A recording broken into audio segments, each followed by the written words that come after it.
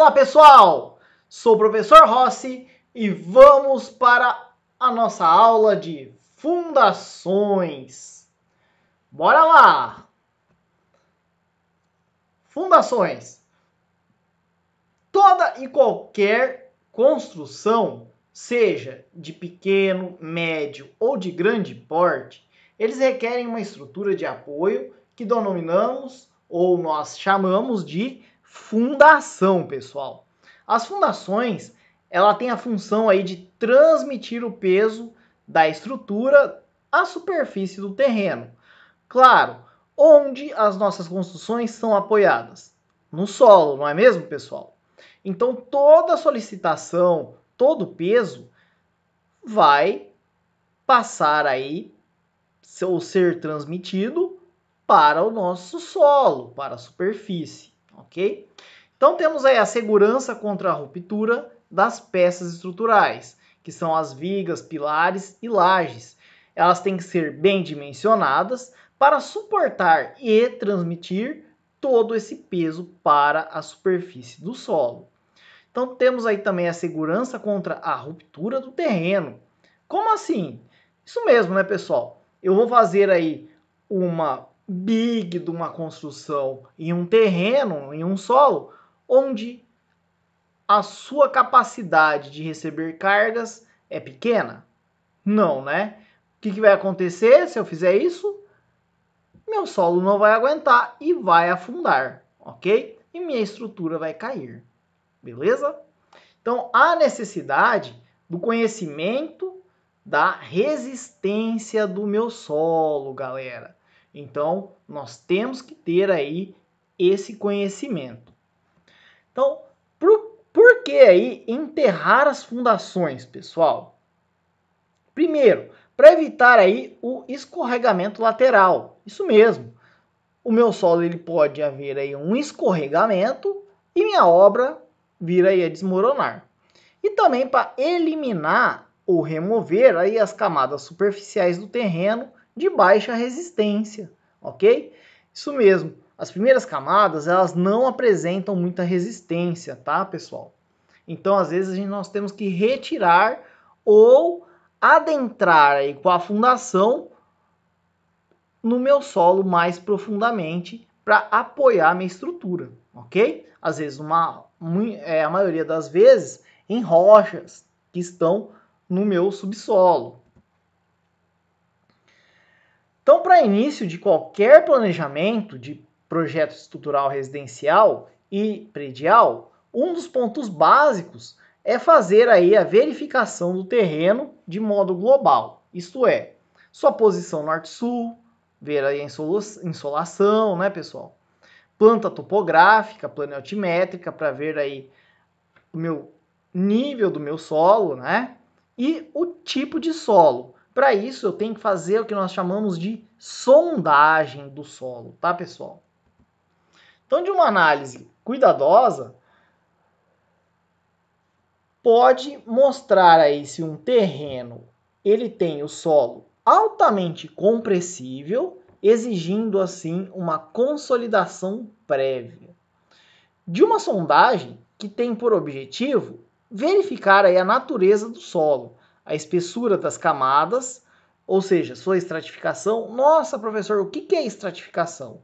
Então, temos várias camadas no solo e essas camadas vão variando, o solo vai sendo modificado, ok? Então, nós chamamos aí de estratificação aquela camada que é o mesmo tipo de solo, tá? Mudou, aí é uma outra camada, ou ele vai ter uma estratificação, tá? Então, a profundidade e a extensão da camada mais resistente que deverá receber aí as cargas da construção e determinar aí o tipo de fundação a ser especificada. Uma base prática na construção, através da mecânica dos solos, definimos e classificamos os materiais que ocorrem na superfície da crosta terrestre em rochas, solos rochosos, pedregulhos, solos arenosos, siltosos e solos argilosos.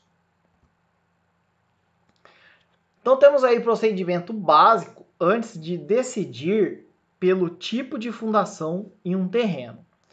Visitar aí o local da obra, verificando se existem áreas de alagados ou encharcados, ok? Visitar obras em andamento nas proximidades, verificando as soluções adotadas. Fazer sondagem a trado com a broca com um diâmetro de 2 ou 4 polegadas, recolhendo aí amostras das camadas do solo até atingir a camada resistente. Requisitar aí uma sondagem geotécnica. Então nós temos lá um terreno e fazemos aí a nossa locação dos furos de sondagem. O leito de fundação, pessoal, é a superfície do terreno sobre o qual o peso da estrutura superior se assenta. Então é a região do terreno onde se encontra dificuldade de aprofundamento aí no solo, ok? Tipos de deformações no solo. Então nós temos aí de volume constante, que é a formação plástica, e de volume variável, que é o adensamento, que é um solo mais arenoso. Aqui nós temos, pessoal, um gráfico de capacidade de carga, que é caracterizado aí pelo aumento rápido das deformações no meu solo. Então nós temos aqui, no meu eixo X, é a pressão, tá, pessoal? No qual nós temos aí o sigma máximo, tá? O sigma é a resistência do solo, nessa formulinha aí, em quilograma por centímetros quadrados, ok? E aí nós temos com a profundidade o recalque. O que é o recalque, pessoal? O recalque é a modificação, vamos dizer aí, o aprofundamento do meu solo que pode ocorrer após a construção, certo? Então, depois que eu construir aí uma edificação, o meu solo ele pode se afundar. Então, esse afundamento ou esse deslocamento do meu solo, eu vou chamar aí de recalque, ok? Então, para definir aí a resistência do solo, nós temos esta formulinha aí que vocês estão observando. O sigma é igual ao P dividido por S. Professor, mas o que significa a letrinha P? P é a carga que atua sobre o solo em quilogramas, ok? E o S é a área sobre a qual atua a carga. Beleza, pessoal? Então, quando nós vemos lá um pilar, ele vai receber uma carga, ok? Nós temos que dimensionar essa carga P do meu pilar, dividir pela área que ele vai atuar, eu consigo ver aí a resistência do meu solo. Tá joia? Então, determinação da pressão admissível.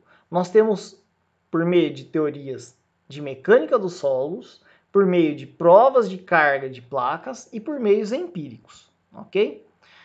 Nós vamos ver aí um método da percursão. Então, o princípio, a percursão de um volume que cai de uma determinada altura repetidas vezes sobre o mesmo ponto do terreno, provocará aí um adensamento do mesmo, ok? Então, pensem, eu vou ter um aparato que vai ter um peso, ok? Eu vou soltar esse peso e vai bater sempre no mesmo lugar. O que vai acontecer, pessoal? Claro, vai começar aí a afundar ou deslocar o meu solo nessa região em que o peso está batendo, ok? Então, nós conseguimos aí determinar a minha resistência do meu solo também por esse tipo de método, tá? O coeficiente de segurança que nós vamos utilizar é de 90%, pessoal, ok? Então eu tenho aí a seguinte formulinha: R igual a P sobre S, multiplicando aí tudo que é o N vezes o H dividido por E mais N mais 1 dividido por 2. ok? É uma formulinha simples, tá, pessoal? Então, esse é o aparato. Então, a ideia é essa. Então, nós soltamos aí um peso, P, ok? Temos aí uma área S, de uma determinada altura H, e vamos ter aí um deslocamento E no meu solo. Então, N é o número de quedas, nós vamos estipular aí em 10. H, a altura de queda, e o E, a espessura que aprofundou o terreno. Então, esse é o equipamento, tá, pessoal, de percussão, que vai se aprofundando, ok? Então, nós temos aí todo um aparato. Então, eu trouxe aqui para vocês um exemplo, né? Que, ao se fazer aí um estudo da resistência de um solo pelo método da percussão, foram encontrados aí os seguintes dados. Um peso do maço, 100 kg. Altura de queda, 1,5 metros. Espessura de aprofundamento E, 20 centímetros. Número de quedas, 10. Então, seção da superfície inferior, 400 centímetros quadrados. Então, calcule a resistência desse solo. Somente de aplicar aí na minha formulinha, ok? Então, como nosso coeficiente é de 90%, o alfa, então, vai ser 0,10, tá, pessoal? Então, vezes P sobre S, 100, que é o P, S, 400, N são 10, mais uma H de 1,5 m, então 150, ok? Dividido por E, 20 centímetros, ok? Mas 10 mais 1, dividido por 2. Fazendo esse cálculozinho aí, nossa resistência do solo chega-se a 2,012 kg por centímetro quadrado, pessoal. Espero que vocês tenham entendido aí. Vamos ficando por aqui nessa primeira parte da aulinha aí de fundações. Qualquer dúvida, entre em contato comigo. E até a próxima aula, pessoal!